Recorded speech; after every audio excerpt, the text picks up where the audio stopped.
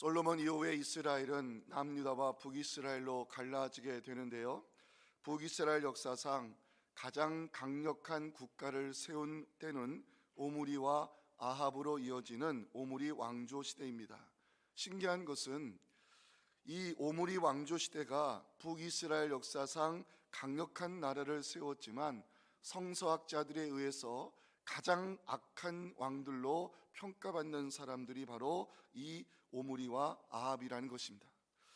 오므리 아들 아합에 대하여 성경은 어떻게 평가할까요? 열왕기상 16장 30절 보면 알 수 있습니다. 오므리 아들 아합이 그의 이전에 모든 사람보다 여호와 보시기에 악을 더욱 행하였다고 평가하고 있습니다. 아합을 가리켜서 이 악한 왕으로 평가하는 이유가 있지요. 하나님을 밀어내고 바알 숭배 사상을 국가 정책으로 추진하였기 때문입니다. 열왕기상 16장 31절 32절 보시면 느바세 아들 여로보암의 죄를 따라 행하는 것을 오히려 가볍게 여기며 시돈 사람의 왕 엣바알의 딸 이세벨을 아내로 삼고 가서 바알을 섬겨 예배하고 사마리아에 건축한 바알의 신전 안에 바알을 위하여 제단을 쌓은 사람이 아합입니다. 아합과 이세벨의 이 바알 숭배 정책에 의해서 북이스라엘 사람들은 강제적으로 이 우상을 섬겨야 했고 하나님과 거리를 두어야 했습니다. 이런 악한 시대 속에서 여호와가 하나님이심을 증거하기 위해서 바알의 선지자들과 외롭게 싸움했던 사람이 있었으니 그가 바로 엘리야입니다. 엘리야 시대에 북이스라엘 사람들의 영성이 얼마나 무너졌는가를 보여주는 대목이 있는데요. 21절입니다. 엘리야가 병든 백성에게 가까이 나아가 묻습니다. 너희가 어느 때까지 둘 사이에서 머뭇머뭇하려느냐? 여호와가 만일 하나님이면 그를 따르고 바알이 만일 하나님이면 그를 따를지니라니 백성이 한마디도 대답하지 아니했습니다. 엘리야는 바알의 선지자가 싸우기 앞서 북이스라엘 사람들에게 믿음의 결단을 촉구했습니다. 여호와가 하나님이면 그를 따르고 바알이 하나님이면 그를 따르라 질문을 던졌을 때 북이스라엘 사람들 한마디도 대답하지 않았습니다. 왜 그럴까요? 싸움의 결과를 보고 상황을 판단하겠다는 북이스라엘 사람들의 기회주의적인 신앙을 우리에게 보여주고 있습니다. 엘리야는 바알의 선지자들에게 하늘의 불로 응답하시는 분이 하나님이심을 인정하자고 제안했습니다. 바알의 선지자 450명 먼저 바알의 이름을 불러보았지만 아무 응답이 없자 제단 주위를 뛰기 시작했습니다. 그래도 응답이 없자 바알의 선지자들은 자신의 몸에 피를 흘리는 무리수까지 두었습니다. 28절 보시면 피가 흐르기까지 칼과 창으로 그들의 몸을 상하게 했다는 기록이 있습니다. 그래도 응답이 없자 바알의 선지자들은 미친 듯이 떠들며 소리를 질러 보았지만 돌아온 결과는 침묵이었습니다. 이제 엘리야 차례가 되었습니다.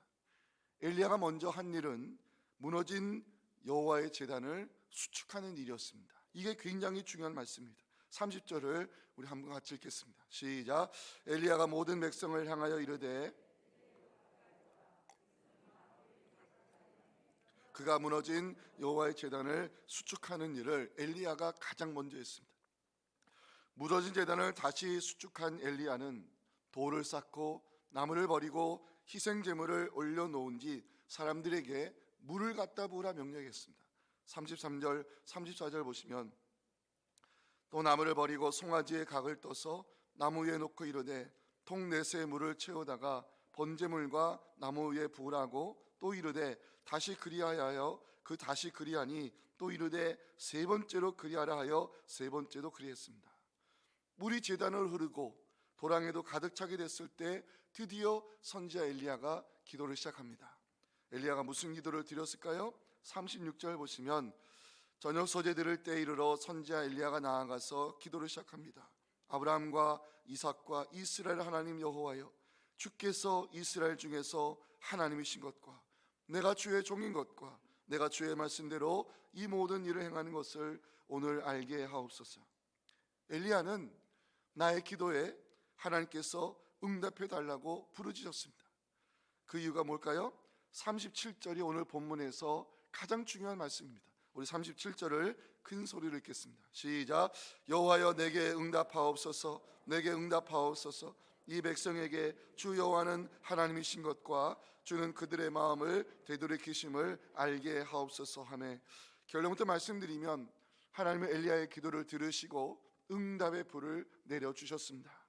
오늘 말씀에 의지하여 기도하는 여러분들에게도 하나님께서 하늘의 문을 여시고 응답의 불을 내려주시기를 주님의 이름으로 축원합니다. 우리 첫째 메시지 함께 읽겠습니다. 시작. 어떤 상황 속에서도 하나님을 선택하는 믿음의 결단이 우리에게 필요함을 본문 우리에게 첫 번째 메시지를 선포하고 있습니다. 엘리야와 바알의 선지자들이 싸움을 벌인 장소가 어디죠? 성지순례 갔다 오신 분들 갈멜산을 기억하실 것입니다. 왜 갈멜산일까요? 왜 갈멜산일까? 갈멜산은 잘 들으세요. 이스라엘과 바알 종교의 본산지인 시돈의 중간 지점에 갈멜산이 위치해 있었습니다. 하나님을 섬기는 엘리야와 바알을 숭배하는 바알의 선지자가 누가 참 하나님이신지 판가름할 수 있는 영적 싸움에 가장 적합한 장소가 갈멜산이었습니다. 엘리야는 싸움에 앞서 북이스라엘 사람들에게 믿음의 결단을 촉구했습니다. 우리 21절 말씀도 함께 읽어보기 원합니다. 시작. 엘리야가 모든 백성에게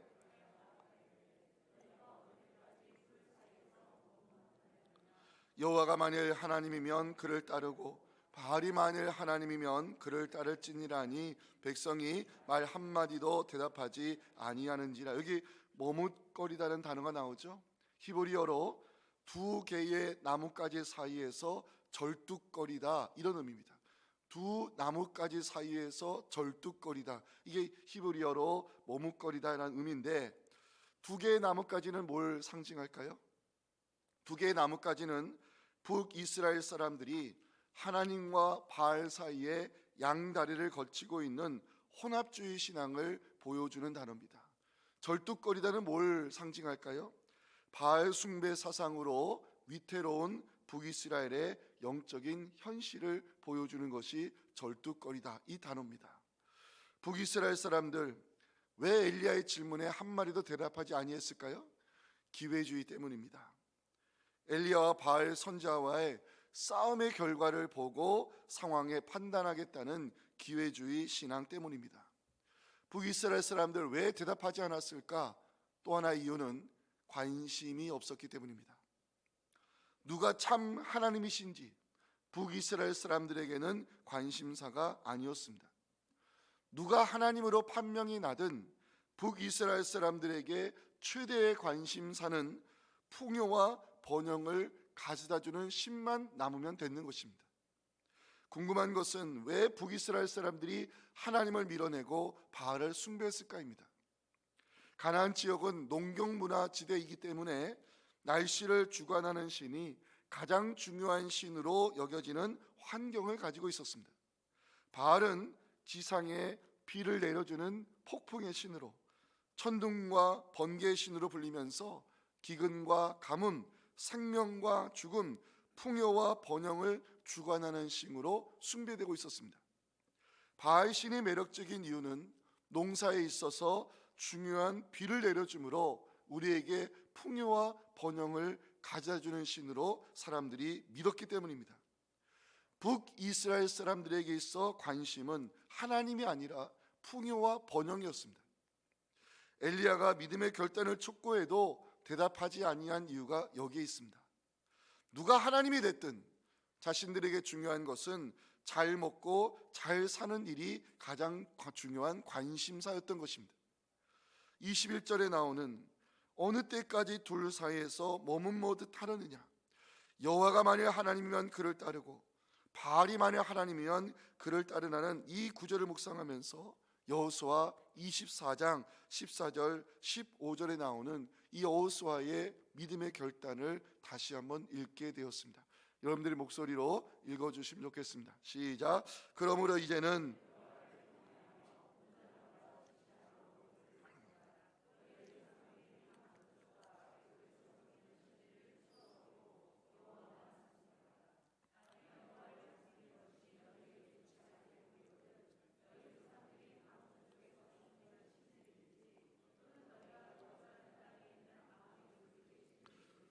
너희가 섬길 자를 오늘 택하라. 오직 나와 내 집은 여호와를 섬기겠노라. 아멘.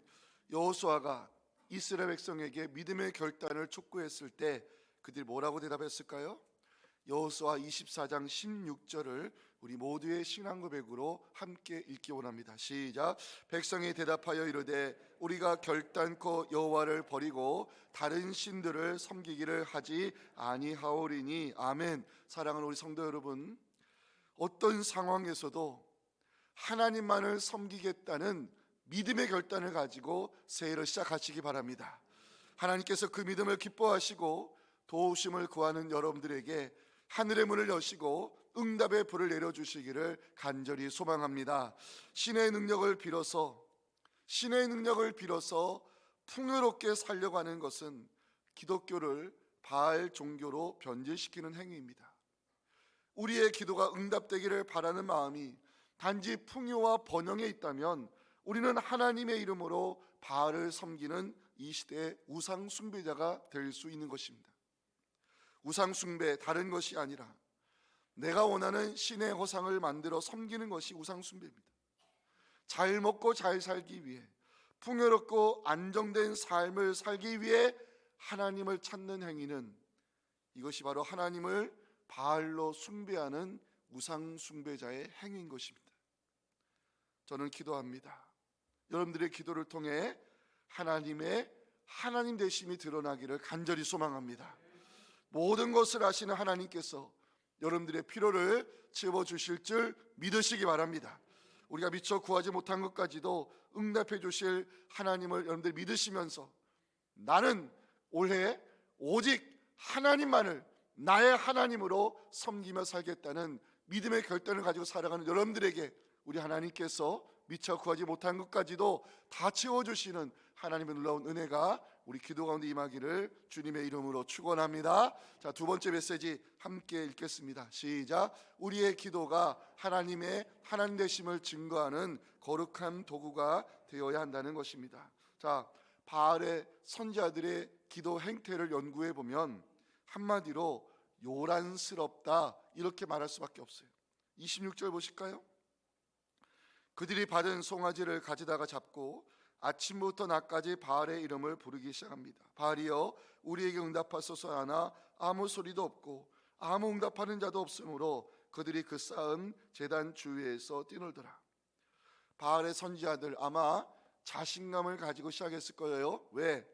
바알은 폭풍을 주관하는 신으로 알려졌기 때문에 번개를 쳐서 재물에 불을 붙이는 것은 쉬운 일이라 여겼을 것입니다.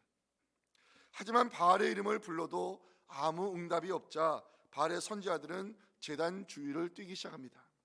그래도 응답이 없자 칼과 창으로 자신의 몸에 상처를 내어 피까지 흘리는 무리수를 두기 시작합니다. 그래도 응답이 없자 미친 듯이 떠들어대는 바알의 선지자들의 모습이 29절에 나옵니다.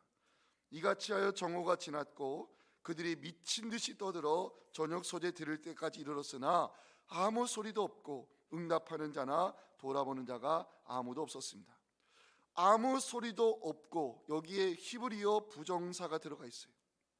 바알이 왜 침묵했을까요? 처음부터 존재하지 않는, 아무것도 해줄 수 없는 사람의 손으로 만든 우상이었기 때문입니다. 요란스럽게 떠들어대고 있는 바알의 선지자들을 지켜보고 있던 엘리야가 결국 한마디를 던집니다. 27절입니다. 정오에 이르러는 엘리야가 그들을 조롱하여 이르되 큰 소리로 부르라. 그는 신인즉 묵상하고 있는지, 혹은 그가 잠깐 나갔는지, 혹은 그가 길을 행하는지, 혹은 그가 잠이 들어서 깨워야 할 것인지 하며 엘리야가 한마디를 던졌습니다. 제가 그때 엘리야 옆에 있었는데요, 조용히 한마디 하더라고요. 놀고 있네. 기도는 누군가에게 보여주기 위한 요란한 행위가 아닙니다. 기도는 쇼가 아닙니다. 기도는 이벤트도 아닙니다. 저는 지금까지 목회하면서 제 목회 계획에 단 한 번도 기도를 이벤트에서 행사와 치른 적이 없습니다. 기도는 보여주기 위한 쇼도 아니고 이벤트도 아닙니다. 바알의 선지자들이 보여주는 행위는 일종의 쇼고 이벤트입니다. 어떻게 하든지 자고 있는 바알을 깨워야 되기 때문에 바알의 선지자들은 뛰기도 하고 몸에 상처도 내기도 하고 미친 듯이 떠들어댔지만 돌아온 응답은 침묵이었습니다. 그런데 엘리야의 기도는 달랐습니다. 이제 살펴볼 것은 왜 하나님께서 엘리야의 기도를 들으시고 응답의 표를 내려주셨는가입니다. 첫째, 무너진 제단을 수축하였기 때문입니다. 30절 말씀이 중요한데 우리 함께 읽겠습니다. 시작. 엘리야가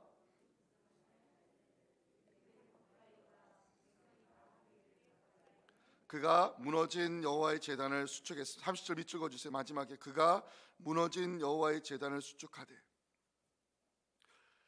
아합과 이세벨이 바알 숭배 사상을 국가 정책으로 추진하면서 여호와의 제단을 무너뜨렸습니다. 여호와의 제단이 무너졌다는 것은 그 당시 북이스라엘 사람들의 무너진 영성을 그대로 보여주고 있습니다. 엘리야가 제일 먼저 한 것은 바로 이것입니다. 무너진 예배 제단을 다시 쌓는 것이 엘리야에게는 가장 중요한 우선순위였습니다. 31절 보실까요? 엘리야가 두 번째 한 일이 뭡니까? 이스라엘을 상징하는 12개의 돌을 취하여 세웠던 것이 엘리야가 두 번째 했던 일입니다. 엘리야가 무너진 제단을 수축하고 12개의 돌을 세우는 이유가 뭘까요? 북이스라엘 사람들이 하나님께로 돌아와 무너진 예배를 회복하는 것이 이 땅의 재앙이 멈출 수 있는 유일한 길임을 보여주기 위함이었습니다. 풍요와 번영을 주관한다고 알려진 바알 숭배로 오염된 북이스라엘 땅에는 3년 동안 비가 내리지 않으므로 그 땅은 고통과 죽음의 땅으로 변해가고 있었습니다. 북이스라엘 사람들이 이 고통에서 벗어나는 길은 하나님께 돌아와 예배의 제단을 다시 쌓는 길밖에 없음을 보여주기 위해 엘리야는 무너진 제단 수축하는 일을 가장 먼저 했던 것입니다. 사랑하는 성도 여러분, 우리 하나님께서 우리 교회에 예배와 기도의 자리를 힘써 지키는 거룩한 공동체를 세우라는 표를 주셨습니다. 무엇보다 예배의 회복을 위해 힘써 주시기 바랍니다. 예배의 자리를 힘써 지켜주시기 바랍니다. 하나님께 예배 제단 쌓는 일을 우선순위로 삼으실 때 우리 하나님 예배자들을 기뻐하시고 한 해의 문을 열어 여러분들에게 응답의 불을 내려주실 줄 저는 믿는 것입니다. 두 번째, 하나님이 하실 것을 엘리야는 믿었습니다. 자, 33절부터 35절 보시면 엘리야의 이해가 되지 않은 행동을 보여줍니다. 보세요. 나무를 버렸습니다. 송아지의 각을 떴습니다. 나무 위에 놓고 그 통 위에 통 넷에 물을 채우다가 번제물과 나무 위에 부어버렸습니다. 사람들에게 다시 물을 부으라 했습니다. 세 번째 물을 부으라 했습니다. 물이 제단으로 두루 흐르고 도랑에도 물이 가득 찼습니다. 엘리야 행동을 분석해 볼까요? 엘리야가 돌로 제단을 쌓았습니다. 나무 위에 제물을 올려놓았습니다. 사람들에게 물을 부으라 명령했고 세 번에 걸쳐 12항아리의 물을 부었습니다. 이해가 되십니까? 바알의 선지자들과 무엇을 조건으로 내밀었죠? 하늘에서 불이 내려와 제물에 불이 붙으면 그 신을 하나님으로 인정하자고 제안했습니다. 엘리야가 지금 뭘 하고 있어요? 엄청난 물을 붓게 함으로 제단 위의 나무도 희생 제물도 모두 물에 적시게 만들었습니다. 도저히 이해가 되지 않는 상황을 어렵게 만드는 엘리야의 모습입니다. 이렇게 하는 이유가 뭘까요? 엘리야에게는 하나님이 하실 것이라는 믿음이 있었기 때문입니다. 32절이 바로 엘리야의 믿음을 보여주는 중요한 말씀입니다. 함께 읽겠습니다. 그가 여호와의 이름을 의지하여 그 돌로 제단을 쌓고, 표시해 주세요. 그가 여호와의 이름을 의지하여. 엘리야가 이 제단 위에다가 희생 제물을 얹고 12항아리 되는 물을 부는 이유는 내가 믿는 하나님은 이 어려운 상황 속에서도 응답의 불을 내려주실 수 있는 능력의 하나님을 엘리야가 믿었기 때문입니다. 제단에 물을 붓고 나무에도 물을 붓고 제물에도 물을 부었지만 하나님께서 응답의 불을 내려주심으로 이 모든 상황을 뒤집을 수 있는 능력이 하나님에게 있음을 엘리야는 믿었다는 것입니다. 기도의 제단을 쌓으셨습니까? 하나님이 하실 것을 믿으시기 바랍니다. 하나님이 하실 것을 믿으며 기대하며 사는 것, 이것이 기도자의 행복인 것입니다. 기도의 제단을 쌓으며 하늘을 시작하는 여러분들에게 하나님이 하셨음을 고백하는 많은 간증의 역사가 일어나기를 주님의 이름으로 축복합니다. 자, 세 번째, 응답의 목적을 하나님에게 맞추었기 때문입니다. 마지막으로 살펴볼 것은 엘리야가 하나님께 드린 기도의 내용인데, 자, 그 기도의 내용이 36절에 나옵니다. 여러분들이 한번 읽어주시면 감사하겠습니다. 시작. 저녁 소재 들을 때 이르러 이삭과 이스라엘 하나님 여호와여, 주께서 이스라엘 중에서 하나님이신 것과 내가 주의 종인 것과 내가 주의 말씀대로 이 모든 일을 행하는 것을 오늘 알게 하옵소서. 자, 이 기도에 하나님이 어떻게 반응했을까요? 엘리야의 기도에 하나님은요, 하늘의 문을 여시고 응답의 불을 내려주시는 장면이 38절입니다. 이에 여호와의 불이 내려서 번제물과 나무와 돌과 흙을 태우고 또 도랑의 물을 모두 핥았습니다. 질문을 던져봤습니다. 하나님께서 왜 즉각적으로 응답의 불을 내려주셨을까? 37절에 답이 있습니다. 마지막 말씀입니다. 함께 읽어봅니다. 시작. 여호와여, 내게 응답하옵소서, 내게 응답하옵소서. 이 백성에게 주 여호와는 하나님이신 것과 주는 그들의 마음을 되돌이키심을 알게 하옵소서. 엘리야 기도, 하나님의 하나님 되심을 증거하는 일에 응답의 초점을 맞추었습니다. 이것이 우리가 엘리야에게서 배워야 될 중요한 기도의 교훈입니다. 기도자의 최대 소원은 응답에 있습니다. 하지만 누구를 위한 응답인가가 중요한 것입니다. 나의 기도를 통해 하나님의 살아계심이 증거될 수 있다면 그것이 기도자가 누리는 최고의 기쁨인 것입니다. 나의 기도를 통해 많은 사람들이 하나님의 하나님 되심을 인정할 수 있다면 그것이 우리의 기도가 응답되어야 될 이유인 것입니다. 응답의 불이 내려준 이후에 북이스라엘 사람들 무엇을 고백했습니까? 39절 말씀 보시기 바랍니다. 모든 백성이 보고 엎드려 말합니다. 여호와 그는 하나님이시로다. 여호와 그는 하나님이시로다. 엘리야의 기도에 하나님이 응답해 주심으로 많은 사람들이 하나님의 하나님 되심을 인정함으로 이 사건이 마무리가 됩니다. 여러분 혹시 엘리야 이름의 뜻을 알고 계십니까? 엘리야 이름은 하나님은 여호와시다, 이 의미입니다. 사랑하는 성도 여러분, 올 한 해 우리의 기도를 통해 하나님 같은 분이 없다는 이 진리가 증거되기를 소망하며 기도의 제단 쌓으실 때 우리 하나님께서 하늘의 문을 여시고 응답의 불을 내려주심으로 많은 사람들이 여러분들을 보고 하나님 같은 분이 없다, 하나님은 살아계시다, 하나님의 하나님 되심을 우리 모두 고백할 수 있는 놀라운 역사가 올 한 해 일어나기를 주님의 이름으로 축원합니다. 지금은 우리 구주 예수님의 은혜와 우리의 기도의 응답의 불로 함께 하실 하나님 아버지의 크신 사랑과 성령의 역사하심이 오늘 주신 이 귀한 말씀을 내 마음속 깊이 새기며 나를 이 시대 엘리야로 세우시고 영광받기 원하시는 하나님께 예배와 기도의 제단을 쌓아 하나님의 하나님 되심을 증거하기를 소망하는 우리 사랑하는 성도들의 이 귀한 기도 제목과 우리 자녀들의 신앙과 우리가 섬기는 교회 모든 목회 현장 위에 지금부터 영원토록 함께 하시기를 간절히 축원하옵나이다. 아멘.